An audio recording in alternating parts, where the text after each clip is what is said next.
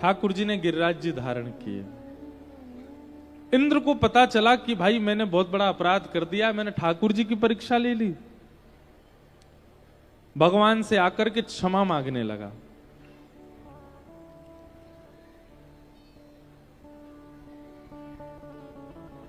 क्षमा मांगते हुए ठाकुर जी से कहने लगा, पिता गुरुस्त्वं जगतामधीशो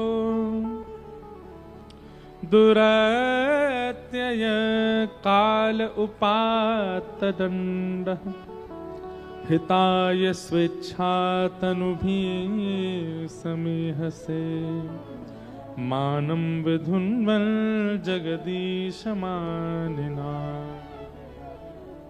व्यक्ति का सबसे बड़ा गुण क्या है? मानव का सबसे बड़ा गुण क्या है? सब लोग इधर देखो, ध्यान से सुनो। मानव का सबसे बड़ा गुण क्या है? अपने अवगुण को स्वीकार करना। ये सबसे बड़ा गुण है मानव का। और मानव का सबसे बड़ा दुर्गुण क्या है? अपने अवगुणों को नजरअंदाज करना, अपने अवगुणों को अस्वीकार करना। यह मानव का सबसे बड़ा अवगुण है। व्यक्ति सब अच्छे ही जन्म लेते हैं संसार में, कोई बुरा बन करके नहीं आता। छोटे छोटे बच्चों को देखो कितने अच्छे लगते हैं। वही बच्चा 20 साल बाद ना जाने क्या क्या कर देता है। तो जब उसकी गलती होती है तो फिर लोग कहते हैं तुझे हमने गोद में खिलाया था, तू हमारी गोद में खेलता था, इतना सौम्य, इतना सरल, इतना सीधा बालक, अब तू ऐसा हो गया। और जब कोई श्रेष्ठ बन जाता है तब भी हम यही कहते हैं इसको भी हमने गोद में खिलाया था। कई लोग हमको ही देख के बोलते हैं। हम कहीं कथा में जाते हैं तो कई जगह पिताजी के साथ बचपन में गए होते हैं, माताजी आती हैं, भाई लोग आते हैं, हमने इतने से खिलाए थे आप, हमने गोद में खिलाए थे आप।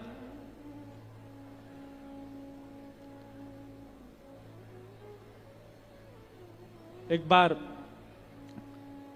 हम अपने जीवन की दूसरी कथा करने, पहली कथा द्वारिका में हुई, दूसरी कथा हुई हमारी न्यूयॉर्क में, अमेरिका में। तो जैसे ही वहां गए तो एक माताजी मिली एयरपोर्ट पर ही। जैसे ही बाहर आने लगा तो एक टॉफी मुझे दिखाने लगी ऐसे। मैं कहूं जय श्री कृष्णा। मैंने कहा जय श्री कृष्णा। नहीं पहचाने मुझे? मैंने कहा नहीं, आप 4 साल के थे तब आए थे अपने माता पिता के साथ। ये टॉफी मैं ऐसे दिखाती थी, दौड़ के आते थे मेरे पास। मैंने कहा अब कैसे दौड़ के आऊं मैया? और मैंने कहा तब दौड़ के आया तो गोद में ले लिया था, अब ले लोगी आप? और फिर वो 7 दिन तक उन्होंने कथा नहीं सुनी। जितने श्रोता आते थे सबको यही बताती थी, मैं ऐसे करती थी टॉफी, ये दौड़ के आते थे मेरे पास। कहने का अभिप्राय क्या है? आपका बाल्यकाल जो होता है ना, वो इतना सुंदर होता है, इतना सुधरा हुआ होता है, इतना सौम्य होता है कि बड़े होकर के भले ही आप श्रेष्ठ बनो, भले ही आप पापी बन जाओ, लोग आपके बाल्यकाल को याद करके आपको स्मरण कराते हैं कि आप ऐसे थे बचपन में। इसका मतलब क्या है कि बुरा कोई जन्म नहीं लेता, सब अच्छे ही जन्म लेते हैं। लेकिन स्पष्ट मान लीजिएगा बात को, जो व्यक्ति अपने अवगुणों को नजरअंदाज करता हुआ चला जाता है वही राक्षस बन जाता है। और जिस व्यक्ति को अपने अवगुण पता चलते हैं और उन अवगुणों पर कर्म करता है वही संत बनता चला जाता है, वही साधु बन जाता है, वही महात्मा बन जाता है, वही श्रेष्ठ। अच्छा, साधु संत महात्मा कहने से आप कृपा करके कोई भगवाधारी को मत सोचिएगा। कई नेताओं के रूप में भी साधु होते हैं, कई इंजीनियर बनकर के भी साधु होते हैं। साधु का मतलब भार का वस्त्र नहीं होता, हृदय का भाव होता है। हृदय का भाव साधु होता है, हृदय का भाव संत होता है। ऐसे कितने लोगों को सदगृहस्थ हैं, जीन्स पहनते हैं पर साधु हैं। क्यों? हृदय से साधु। अभी हम जहां से कथा करके आए मध्य प्रदेश, क्योंकि प्रशंसा की बात है इसलिए हम कर रहे हैं, वहां के विधायक जी ने कथा कराई। आप सत्य मानेंगे और वो नाबाद ना जाने कब से जीत रहे हैं, लेकिन उनको देख करके, उनके साथ बैठ के, उनके साथ बातचीत करके लगता ही नहीं था कि ये विधायक हैं और 2008 से लगातार जीत रहे हैं। क्यों? साधु स्वरूप, साधु जैसी बोली, साधु जैसा विचार, साधु जैसा स्वभाव।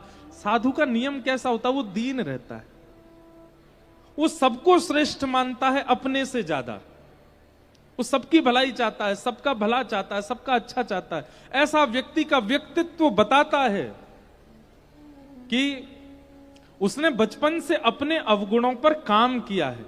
जो व्यक्ति अपने अवगुणों को नजरअंदाज करता, वही एक दिन राक्षस रूप धारण करता है। वही एक दिन उसके परिवार वाले दूर होने लगते हैं, उसके मित्र दूर होने लगते हैं, उसके सखा संबंधी दूर होने लगते हैं। आजकल तो पत्नियां भी दूर हो जाती हैं, बच्चे भी दूर हो जाते हैं। क्यों? क्योंकि व्यक्ति अपने अवगुणों को नजरअंदाज करते करते करते करते करते करते राक्षसत्व को प्राप्त कर लेता है। बाल्यकाल सबका अच्छा होता है, पर जैसे जैसे हम बड़े होते हैं, अवगुण और गुण इनकी मात्रा बढ़ने लगती है। फिर अवगुण को अस्वीकार और गुणों को स्वीकार की इच्छा प्रकट होती है, हमारा बिगड़ना प्रारंभ हो जाता है। करना क्या है? अवगुणों को स्वीकार करो, उन पर दृष्टि डालो और गुणों को नजरअंदाज करो, ताकि आप संभले रहो, सवरे रहो, सुरक्षित रहो। हमारी बात को चिंतन कीजिएगा घर जाके। तो व्यक्ति का सबसे बड़ा गुण क्या है? अपने अवगुणों को स्वीकार करना। और व्यक्ति का सबसे बड़ा दुर्गुण क्या है? अपने अवगुणों को अस्वीकार करना। इंद्र ने आकर के अपने अवगुण को स्वीकार किया और ठाकुर जी के चरणों में प्रणाम करते हुए कह रहे हैं कि आप मेरे पिता हैं, आप मेरे गुरु हैं, आपको दंड देने का अधिकार है। नाथ, मैं दंड के लिए तैयार हूं, कृपा करके मुझे दंड दीजिए।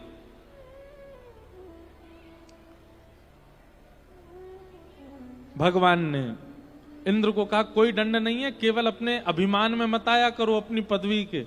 तुम इंद्र हो, इस बात का कभी अहम मत किया करो। बस यही तुमको हम कहना चाहते हैं, निस्वार्थ भाव से, निष्कलंक भाव से और अभिमान स्वाभिमान से विमुक्त होकर के, दीन बन करके अपनी पदवी का पालन करो, जाओ। और इंद्र को भगवान ने क्षमा कर दिया। गोवर्धन लीला विश्राम हुई, सब ब्रजवासियों ने ठाकुर जी को अपनी गोद में उठा लिया, सब नाचने लगे, आनंद करने लगे। इंद्र ने जो स्तुति गाई थी वो देवताओं के, ब्रजवासियों के सामने नहीं गाई थी, एकांत में गाई थी। गायों ने भगवान का नाम रखा गोविंद। ये गोविंद नामकरण ठाकुर जी का गायों के द्वारा किया गया। एकादशी व्रत की महिमा बताई गई। जिस प्रकार देखो, प्रेम का एक स्वरूप होता है कि आप अपने प्रेमी के लिए कुछ त्यागते हो तो आप प्रेमी माने जाते हो। बहुत ध्यान से सुनिएगा सब लोग, इधर देखिए। आप अपने प्रेमी के लिए कुछ त्यागते हो तो आप प्रेमी माने जाते हो। और क्षमा कीजिएगा, जहां आप कुछ नहीं त्यागते, आप पहले ही अपनी पत्नी को बोल देते हो, मेरा तो ऐसा नियम है, मैं तो ऐसे रहता हूं, ये खाता हूं, वो खाता हूं, यहां जाता हूं, वहां जाता हूं, ये करता हूं, वो करता हूं, ऐसा है, ऐसा है, ऐसा है, तुम देख लो, तुम रह सको तो। पत्नी कहे मुझे सब मंजूर है, पर एक दो चीजें इसमें से देख लो, आप ठीक कर सको। नहीं नहीं नहीं, ये तो ऐसे ही रहेंगी। प्रेम नहीं होता है, फिर कॉम्प्रोमाइज होता है, फिर वो प्रेम नहीं है। प्रेम में तो कुछ त्याग पत्नी करती है, कुछ त्याग पति करता है, तभी तो प्रेम होता है। ठीक वैसे ही त्याग से ही प्रेम का प्रारंभ है। एकादशी के दिन वैष्णव यदि अन्न नहीं त्याग पाते हैं तो कैसा प्रेम है ठाकुर जी के प्रति। आप एक दिन अन्न नहीं खाते, अपने प्रेम के, एकादशी के बहुत महात्म है, पर एक महात्म यह भी है कि आप अपने प्रेमी के लिए, आप अपने ठाकुर जी के लिए, आप अपने गोपाल जी के लिए एक दिन अन्न सेवन नहीं करते, त्याग दिखाते हैं, त्याग करते हैं। और त्याग, एक और बात, मैंने एक शब्द बोला दिखाते हैं, दिखाते नहीं। दिखा करके नहीं करना है, बता करके नहीं करना है, शोर करके नहीं करना। त्याग तो कर दिया जाता, पता भी नहीं चलता सामने वाले को। वो प्रेम का त्याग उचित है। आप सौभाग्य मान करके अन्न मत पाया कीजिए एकादशी के दिन। कोई जबरदस्ती नहीं, आज तो एकादशी खाना ही नहीं है मुझको, मेरे सामने अन्न मत खाना, मन कर जाएगा नहीं तो मेरा, ए रोटी मत खा, चल उधर जाके खा, मुझे दिखाई नहीं देना चाहिए, ऐसी एकादशी नहीं। एकादशी सौभाग्य मान करके करो। चाहे 56 भोग कोई आपके सामने खा रहा हो, नहीं, आज तो हम अपने प्रियतम के लिए व्रत किए हैं। आज चाहे बहुव्यंजन सामने आ जाएं, नहीं पाएंगे। करवा चौथ का व्रत एक पत्नी सौभाग्य मान करके करे तो उसका लाभ है।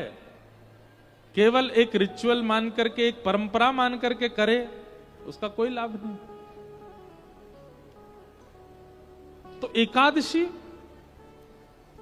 उस दिन अन्न में पाप का निवास होता है, इसलिए कृष्ण भक्त वैष्णव एकादशी के दिन अन्न नहीं पाते। अब लेकिन हमारे वृंदावन में जाओ, वहां पर हरिदासी परंपरा, हरिवंशी परंपरा, वहां पर एकादशी व्रत नहीं होता। उनके यहां एकादशी का नियम नहीं है।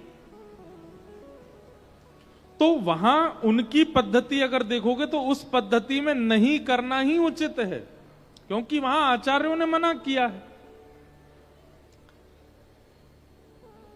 हरिवंशियों का भाव ऐसा है कि भाई कल ठाकुर जी ने भोग लगाया, हम कल नहीं पा पाए, कल थी दसवीं और आज है एकादशी, तो कल ठाकुर जी को जो भोग लगा आज वो भोग ही है, वो अन्न नहीं हो सकता, हम उसको पाएंगे।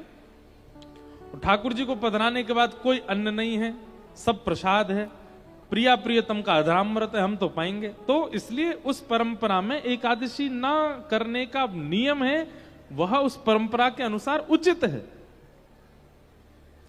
विवाह की परंपरा सब जगह अलग अलग होती है। हिमाचल में अलग है, उत्तर प्रदेश में अलग है, राजस्थान में अलग है, बंगाल में अलग है, दक्षिण में अलग है, कश्मीर में अलग है। परंपरा पद्धति अलग हो सकती है, पर है तो विवाह। ठीक वैसे ही कहीं कहीं एकादशी का नियम नहीं है, लेकिन आपको अपनी परंपरा देखनी, हम किस परंपरा से, उसमें एकादशी है तो हमें करना है। कई स्कूल होते हैं वहां पे यूनिफॉर्म होती है, कई स्कूल होते हैं वहां यूनिफॉर्म नहीं होती, बच्चे घर के कपड़ों में आते हैं।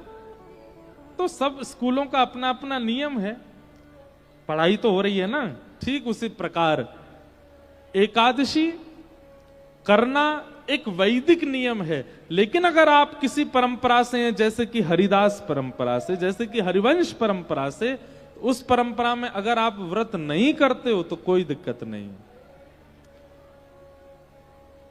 आज तो बहुत ही हल्ला कर रहे हैं पीछे वाले, कोई उनको कह दो भैया ने शांति हो जाए तो हम धीमे धीमे कथा सुना दें। हमको बहुत शांति प्रिय लगे तो फिर और अच्छे भाव आते हैं। कोई पीछे वाले हो तो कह देना, और कोई बोल रहा हो तो आप अगल बगल में ही कह दो भैया ने शांत है जाओ, ऊपर वाले भी पीछे जा जाके बोल आओ भैया शांति से बैठो सब। तो अब जैसे जगन्नाथपुरी में भी एकादशी नहीं होती, वहां एकादशी का भाव अलग है। जगन्नाथपुरी में एकादशी क्यों नहीं होती सुनो। जगन्नाथपुरी में अगर आप होटल में खा रहे हो, जगन्नाथपुरी में बाहर रेस्टोरेंट में खा रहे हो एकादशी के दिन, तो पाप लगेगा आपको। लेकिन जगन्नाथपुरी में अगर एकादशी वाले दिन मंदिर का महाप्रसाद अगर आप पा रहे हो तो कोई दोष नहीं है। क्यों? क्योंकि श्री जगन्नाथपुरी में ऐसी भावना है कि श्री क्षेत्र में रसोई जो है वो लक्ष्मी ही बनाती है, वहां कोई मानव लक्ष्मी सिद्ध नहीं करता। श्री क्षेत्र जगन्नाथपुरी में रसोई लक्ष्मी ही बनाती हैं, और लक्ष्मी के हाथों बना गया जो प्रसाद है उसमें कभी पाप निवास नहीं कर सकता। इसलिए एकादशी के दिन वहां पर कोई पाप नहीं। बल्कि ऐसा कहते हैं कि अगर एकादशी के दिन आप जगन्नाथपुरी में हो तो और दिन से ज्यादा पाओ, आकंठ पाओ। अब दूसरी बात, चाहे हरिवंश परंपरा हो, चाहे हरिदास परंपरा हो, चाहे हमारे जगन्नाथपुरी की परंपरा हो, इन तीनों परंपराओं में एकादशी के दिन आप चावल खा रहे हैं, आप दाल खा रहे हैं, आप अन्न खा रहे हैं, ऐसी भावना अगर चित्त में रखोगे तो अपराध लगेगा। आप प्रसाद पा रहे हो तो अपराध नहीं लगेगा। उसके प्रति अन्न की बुद्धि नहीं होनी चाहिए। समझ रहे हैं बात को? चावल के प्रति अन्न की बुद्धि नहीं। अब यहां पर पास में ज्वालामुखी देवी हैं, दर्शन किए सबने? आपके तो यहीं की हैं तो करते ही होंगे, हम तो कभी कभी करते हैं। इस बार तो नहीं जा पाए, इस बार तो बगुलामुखी गए, कांगड़ा गए, हमारी कुल देवी को प्रणाम करने गए, चिंतपूर्णी ज्वाला जी नहीं गए, नहीं तो हर बार जाते हैं। अब ज्वालामुखी मंदिर में ज्वाला प्रकट होती है, उसको कोई अग्नि नहीं मानता, उसको सब देवी मानते हैं और सब ऐसे स्पर्श करते हैं, थोड़ी थोड़ी ज्वाला जो जहां से लौ उठ रही होती वहां से स्पर्श करके माथे से लगाते हैं, ये भाव रखते हैं कि ये देवी ही हैं। अगर व्यवहार दृष्टि से देखोगे तो अग्नि है, लेकिन भाव दृष्टि से देखोगे तो देवी है। ठीक वैसे ही एकादशी के दिन अगर आप जगन्नाथपुरी में हो और आपने व्यवहार दृष्टि से देखा, थोड़े भैया चावल दे दो, थोड़ी दाल दे दो, तो अपराध लगेगा आपको। महाप्रसाद ठाकुर जी का अधुरामृत है, इस भाव से पाओगे तो आपको अपराध नहीं लगेगा। उसके प्रति धातु बुद्धि नहीं रखनी है, उसके प्रति व्यंजन बुद्धि नहीं रखनी है, उसके प्रति अन्न बुद्धि नहीं रखनी है, प्रसाद बुद्धि रखो, नहीं लगेगा। एकादशी करनी चाहिए, लेकिन जगन्नाथपुरी में हो तो कोई बात नहीं, हरिदास और हरिवंश परंपरा में हो तो कोई बात नहीं, अन्य किसी परंपरा में हो तो आपको एकादशी करनी ही चाहिए। वैष्णव की 3 निष्ठा होती हैं, तुलसी निष्ठा, नाम निष्ठा और एकादशी निष्ठा। हमारे नामदेव जी महाराज महाराष्ट्र में हुए, इतनी सुंदर कथा है उनकी। एकादशी व्रत नहीं छोड़ते थे और उनका नियम ऐसा था कि वो खुद तो एकादशी करते थे, घूम घूम के देखते और थे कौन अन्न खा रहा है। अगर उनको कोई अन्न खाता हुआ दिख जाता था तो उसके हाथ पांव पकड़ लेते थे, हाथ जोड़ दे, सौगंध दे देते, अन्न नहीं खाओगे। अरे भाई तुम्हारी एकादशी तुम ही कर लो, हमसे क्यों करवा रहे हो? नहीं नहीं नहीं नहीं, मेरी एकादशी का यही नियम है कि मैं खुद भी नहीं खाऊंगा, किसी को भी नहीं खाने दूंगा। ऐसे श्री नामदेव जी, एक दिन भगवान बोले नामदेव की हम परीक्षा लेते हैं, और एक दिन इनसे ब्राह्मण का रूप धारण करके भगवान पहुंच गए नामदेव जी के पास। एकादशी का दिन नामदेव जी के द्वार पर आकर के भगवान दीनहीन से ब्राह्मण बने और महाराज धड़ाम से आकर के गिरे, अरे कोई भोजन करा दो, मैं भूखा प्यासा ब्राह्मण, मैं भूखा प्यासा साधु, 10 दिन से 15 दिन से भूखा हूं, मेरे प्राण निकल रहे हैं, कोई भोजन करा दो, कोई रोटी खिला दो, कोई अन्न पवा दो।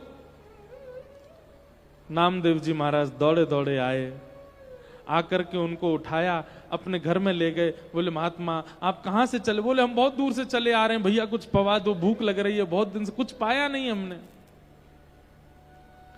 पत्नी से बोले जल्दी फल लेकर के आओ, महाराज जी को भूख लगी है। नहीं नहीं फल नहीं खाने बेटा, रोटी दाल चावल सब्जी खवाओ, भूख लगी है बहुत जोर की, हम इतने दिन से भूखे।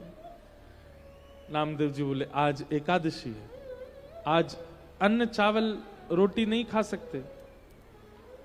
अरे भैया तुम्हारे आगे मेरे प्राण निकल रहे हैं, तुम मुझे क्यों दिला रहे हो याद कि आज एकादशी? अरे एकादशी तुम कर लो ना, मुझे तो खिला दो। नहीं नहीं नहीं महाराज, आज एकादशी आप केला खाइए, आप सेब खा लीजिए, दूध पी लीजिए, आज एकादशी है, अन्न नहीं बनेगा हमारे यहाँ। सामने पड़ोसी खड़े हो गए, वो बोले ए महाराज जी आप एक काम करो, हमारे घर आ जाओ, हम आपको रोटी बना के पवा देते हैं। ये नामदेव तो सबके पीछे पड़ा रहता है, आप आइए, हम खवाएंगे आपको। नामदेव जी ने अपने घर की किवाड़ लगा दी, बोले जाने भी नहीं दूंगा कहीं, मेरे यहां आए हैं तो यहीं रहना पड़ेगा आपको। भगवान बोले अजीब जिद है तुम्हारी, खुद हमको खाने नहीं दोगे, कहीं और जा रहे हैं तुम्हें जाने नहीं दोगे? अरे मेरे प्राण निकल जाएंगे। नहीं निकलेंगे ना, आप केला खाइए, सेब खाइए, दूध पीजिए, बढ़िया फलाहार है, सब पा लीजिए, नहीं मुझे अन्न ही खाना। बोल अन्न तो नहीं बनेगा और ना मैं आपको खाने दूंगा। कल द्वादशी इतने समय पर लगेगी, तब आप पा लीजिएगा। ब्राह्मण देवता बोले मेरे प्राण निकल रहे हैं, मैं अभी प्राण त्याग दूंगा। नामदेव जी बोले इससे अच्छा क्या होगा, एकादशी के दिन प्राण निकलेंगे, सीधे वैकुंठ जाओगे। ब्राह्मण बोले बड़े विचित्र आदमी हो यार तुम, हम मर जाएं कोई दिक्कत नहीं। बोले नहीं दिक्कत तो है, लेकिन हम आपके प्राण को बचाने के लिए फल दे रहे हैं ना, आपको पा लीजिए। भगवान पड़े गए चक्कर में। थोड़ी देर तो ठाकुर जी रोए, थोड़ी देर जो बहाना किया, लेकिन थोड़ी देर बाद भगवान ने कहा अब इसकी अग्नि परीक्षा लूं। और चलते चलते ठाकुर जी मूर्छित होकर के गिर गए, और जैसे एक व्यक्ति प्राण त्यागते समय श्वास लेता है वैसे लेने लगे, अब ये खिला देगा। लेकिन नामदेव जी हाथ जोड़ करके नाम संकीर्तन करते रहे। अपनी पत्नी से कहा देवी तुम भी करो। जय हो महाराज जी।